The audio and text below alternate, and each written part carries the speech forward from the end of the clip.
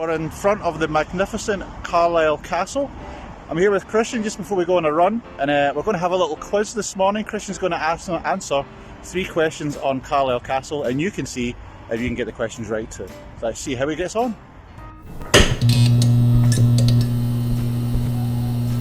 Christian. Yes, sir. Carlisle Castle quiz time. Ooh.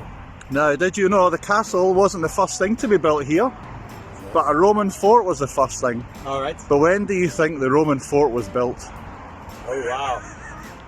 I'm rubbish at this stuff. I have so the Romans. So I don't even know if it was AD or BC, to be honest.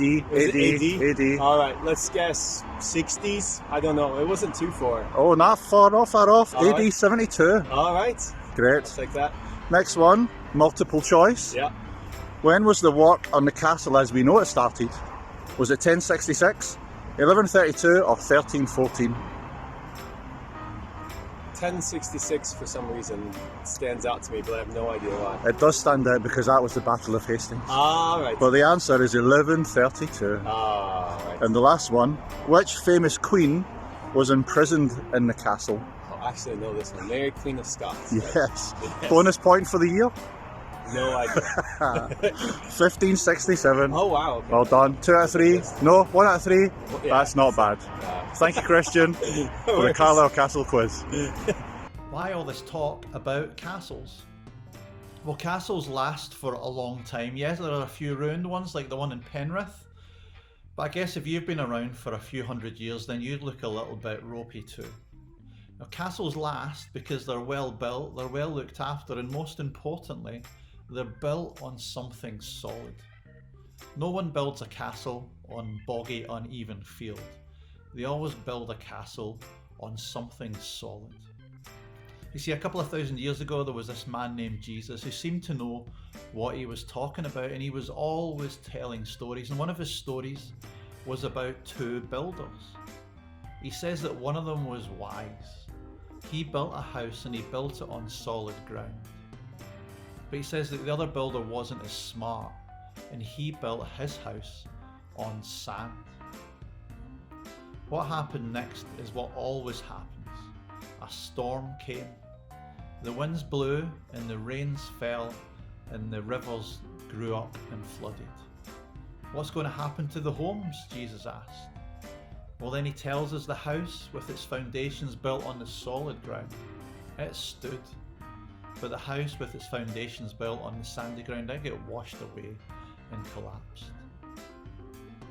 And while Jesus was talking like any good builder, his story is more than just about where you live and the house you live in. When Jesus says build your house upon a rock, he isn't talking about your actual house. And he isn't even talking about the rock, the Dwayne Johnson. He's talking about our lives.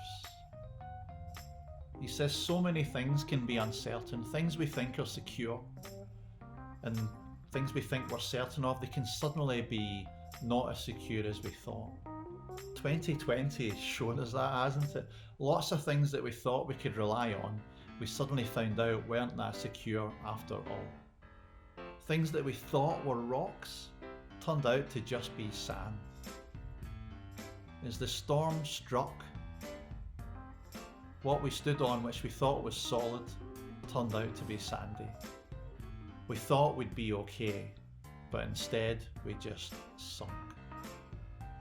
So what is the rock that this fella Jesus is talking about? What's the thing that doesn't change, that doesn't get washed away, doesn't get blown away by the winds, and can be trusted to be there for a long, long time?